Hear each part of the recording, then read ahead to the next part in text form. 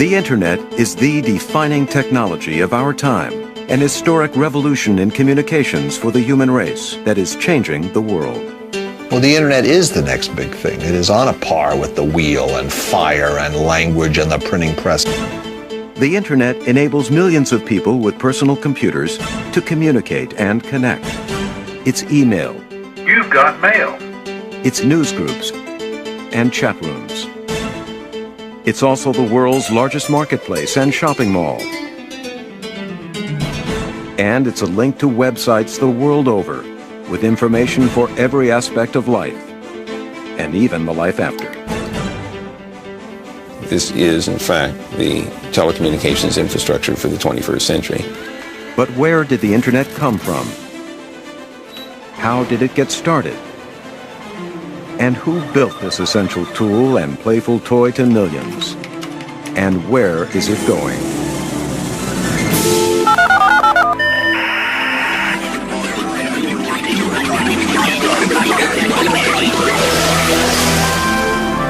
This is the age of the Internet, a global network of computer-based communication.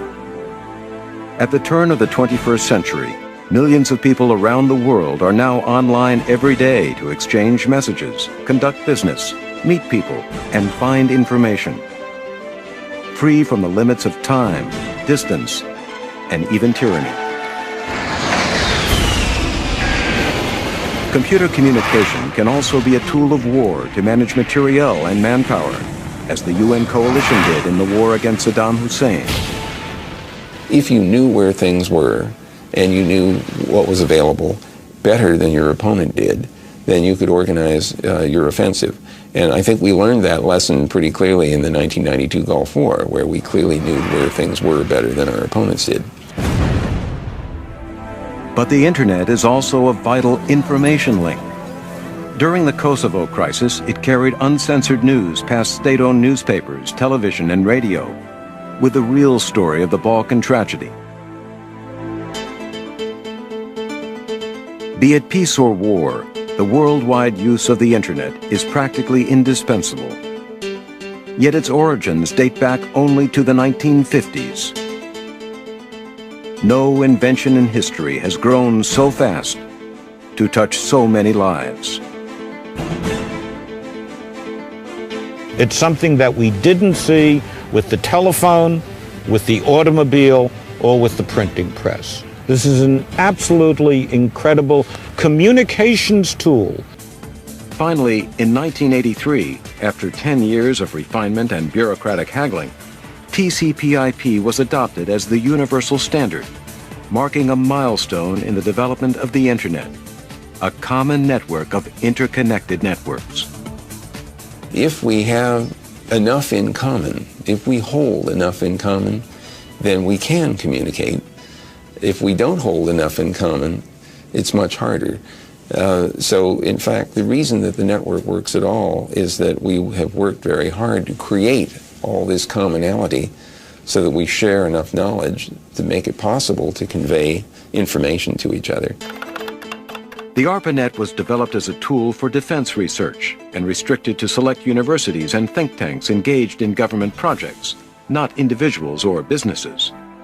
For this reason, private networks like Prodigy, CompuServe, and what came to be called America Online started to spring up where individuals could join in.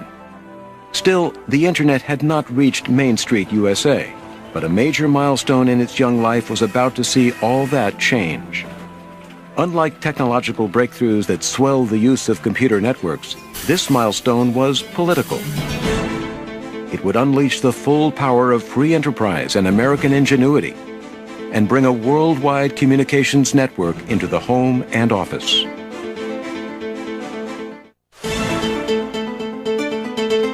The Internet grew by the fate and fortune of new technologies. Among them were breakthroughs in electronics that brought mainframe computer power down to the size and cost of a desktop PC. The silicon chip, the high-speed modem, and the computer mouse are as significant in shaping the use of the Internet as the first IMP. However, one of the Internet's major milestones was achieved not by technology, but by an act of Congress. On June 9, 1992, Congress passed a bill taking the Internet out of the exclusive hands of government and into the public. The following November, President Bush signed it into law. The Internet had crossed the Rubicon. But the dream of easily sharing information among computers was thwarted by the complexity of finding it. It was like having the Library of Congress at your disposal, but being unable to gather what was written on a desired topic without tedious and often discouraging hunts. Under 1980s technology, it was difficult to research a topic without being a computer wizard.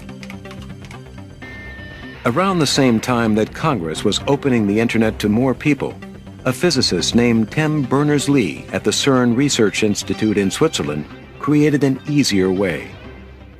By using a computer mouse to click on a word or phrase linked across the Internet, one could instantaneously follow a link from site to site around the web in pursuit of a topic. The crisscrossing of these myriad threads across the globe reminded him of a web, so he named his invention the World Wide Web. The next thing you know, it started growing on itself. It went from just Tim in his little computer in Switzerland to a worldwide phenomenon carrying billions, going on trillions of dollars of commerce. It's just an incredible story. And completely unexpected. None of the geniuses who designed the ARPANET in the beginning had any idea that anything like that would happen. Even though the World Wide Web made it easier to follow threads of information, it was not terribly user-friendly at first. But it gave the Internet a revolutionary new capability beyond file transfers and email. Still, in 1992, there were only 50 web pages on the Internet. If the World Wide Web made the Internet more accessible, another development rocketed it to near instantaneous acceptance by people far and wide. This was a very user-friendly software used to browse the World Wide Web. It was developed in 1993 at the University of Illinois by a 22-year-old student named Mark Andreessen. It was called Mosaic and later realized by Netscape, that enabled access to the World Wide Web and therefore made it a lot easier for people to get access to content.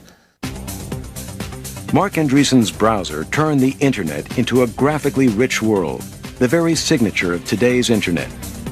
It was able to display text, use scroll bars, jump around the web at the click of a mouse.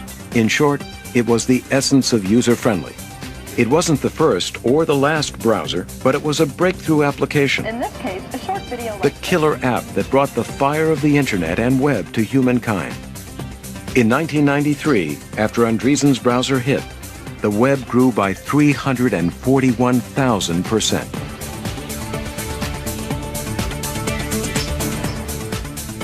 By the late 90s, the Internet had grown in simplicity of use, complexity of performance, and multiplicity of information.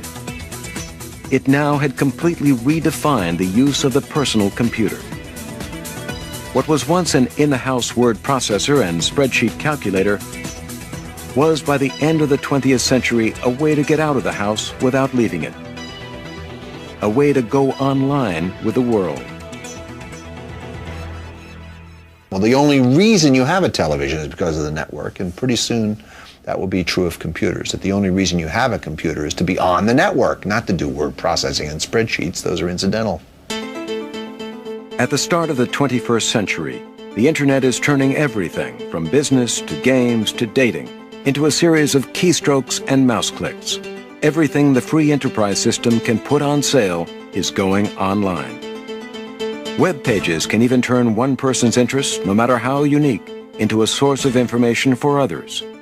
This online community, called netizens, now communicates and connects around the globe, unfettered by boundaries and borders, all because of this great communications infrastructure that was built like a great cathedral, one brick at a time.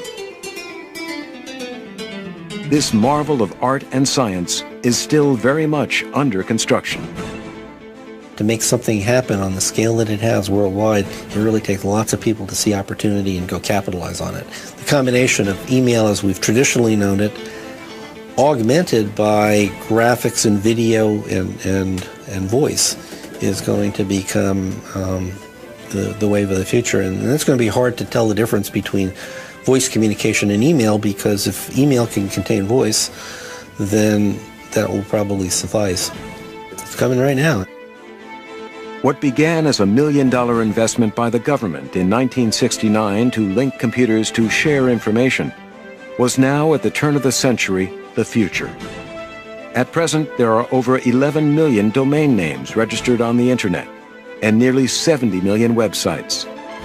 www.com and @ are the new icons of the information age. With the enormous use of the Internet and the web, innovation and evolution will continue, and it will reinvent communications of all kinds.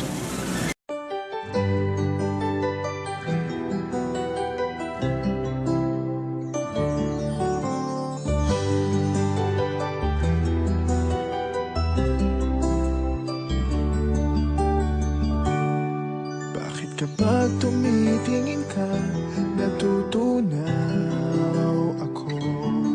Bakit kapag lumalapit ka, kumakabog ang puso ko? Bakit kapag nandito